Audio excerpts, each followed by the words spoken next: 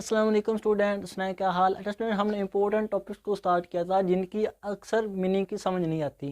हम पढ़ तो लेते हैं कि हमारे पास साइन ज़ीरो क्यों ज़ीरो के इक्वल होता है, कैलकुलेटर के ऊपर आंसर तो आ जाता है कि sine zero equal to zero, sine 90 equal to 1, cos zero equal to 1, answer तो हमारे पास आ जाते हैं, लेकिन हमें उनकी मीनिंग की समझ नहीं होती कि ऐसा क्यों हो रहा है। हमने कर्ल के ऊपर बात की थी, डाइवर्जेंस के ऊपर बात की थी, हमने जो कंपोनेंट ऑफ वेक्टर है उनके ऊपर बात की थी, और ये जो इंपॉर्टेंट टॉपिक स्टार्ट किए थे कोस ज़ीरो क्यों 1 होता है, ये तमाम टॉपिक हमने पीछे पढ़ लिए हैं। तो इन तमाम टॉपिक में से जो आज का हमारा टॉपिक है वो हमारे पास है कि साइन ज़ीरो क्यों ज़ीरो के इक्वल होता है।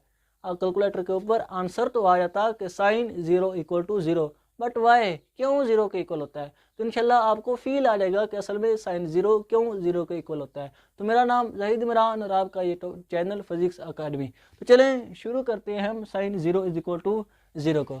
जब हम ये देखते हैं पहले तो हमें ये पता होना चाहिए कि साइन एंगल किसके बराबर होता है।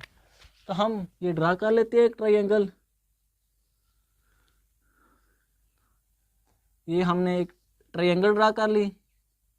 ये हम एंगल लेते हैं, ये हमारे पास 90 का एंगल होता है, और ये हमारे पास बेस होती है, ये परपेंडिकुलर होता है। और स्टूडेंट ये जो 90 के एंगल के अपोजिट होता है हमेशा उसको हम हाइपोटेन्यूज लेते हैं। अब जो साइन एंगल की वैल्यू हम लेते हैं वो ये होती है कि साइन एंगल जो होता है वो इस परपेंडिकुलर को हम ऊपर रख दें और इसको डिवाइड कर दें इस हाइपोटेन्यूज के साथ, तो जो रिजल्ट में हमें क्वांटिटी मिलेगी वो इस साइन एंगल की वैल्यू मिलेगी। अब हमने निकालना है साइन ज़ीरो ज़ीरो के इक्वल, हमने साइन ज़ीरो की वैल्यू निकालनी है। तो इधर हम लिखते हैं साइन एंगल, साइन एंगल हमने लिख लिया परपेंडिकुलर ओवर हाइपोटेन्यूज। स्टूडेंट ये अब हमने एंगल को डिक्रीज करना है। ये सपोज करो कोई एंगल है, हमने सपोज करो 45 का एंगल ये लिया हुआ है, हमने एंगल को डिक्रीज करना है और डिक्रीज करते करते कहाँ तक ले आना है, ज़ीरो तक, और हमें साइन ज़ीरो ही चाहिए। तो अब हमने एंगल को थोड़ा सा डिक्रीज किया। तो जब हमने स्टूडेंट एंगल को थोड़ा सा डिक्रीज किया, सपोज करो हमने ये वाला एंगल लिया इतना, अब हमने ये वाला लिया, तो स्टूडेंट देखो जब हम ये वाला एंगल लेंगे तो हमारे पास हाइपोटेन्यूज ये आएगा। स्टूडेंट हाइपोटेन्यूज की वैल्यू वाली तो सेम आएगी, उसकी वैल्यू बिल्कुल जितनी पहले थी उतनी ही आएगी, लेकिन आपने गौर किया कि परपेंडिकुलर की वैल्यू कम होगी। स्टूडेंट जब हमारे पास ये वाला एंगल होगा तो परपेंडिकुलर पहले अगर इतना था तो अब उसकी वैल्यू स्टूडेंट ये होगी। अब अगर हम इधर एक साफ बना लेते हैं ट्रायंगल,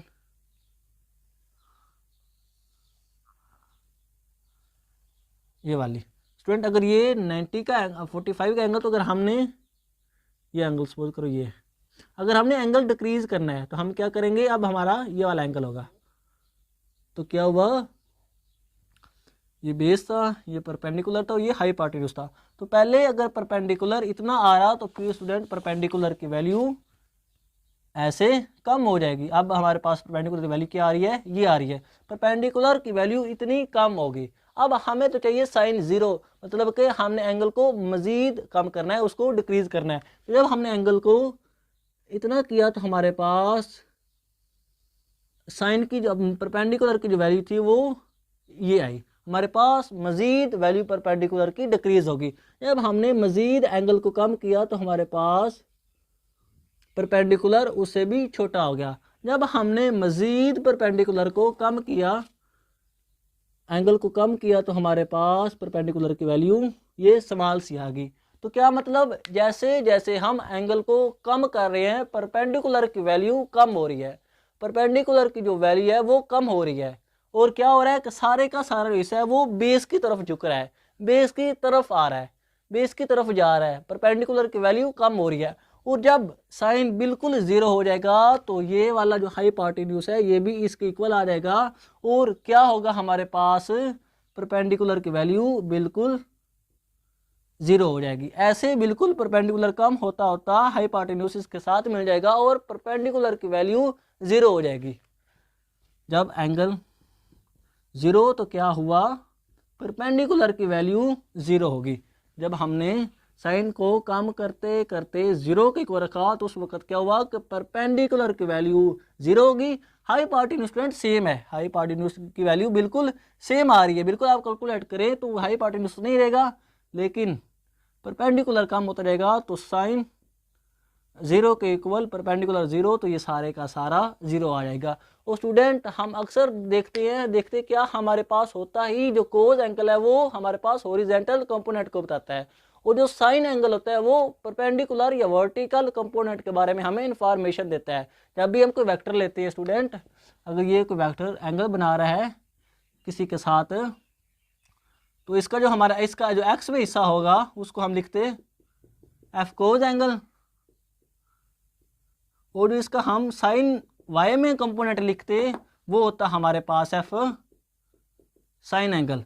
तो जब हमने साइन 0 पुट किया मतलब कि ये जो सारे का सारा इसका हिस्सा है ये एक्स में चला जाएगा, मतलब कि वो वेक्टर सारे का सारा किस में होगा, एक्स एक्सिस में होगा, उसका वाई में हिस्सा ही नहीं होगा। जब उस वेक्टर का वाई में हिस्सा ही नहीं होगा तो उसका जो कंपोनेंट है जो साइन 0 है वो भी 0 के इक्वल आएगा, क्योंकि परपेंडिकुलर की वैल्यू अब वैल्यू जो है वो 0 हो जाएगी।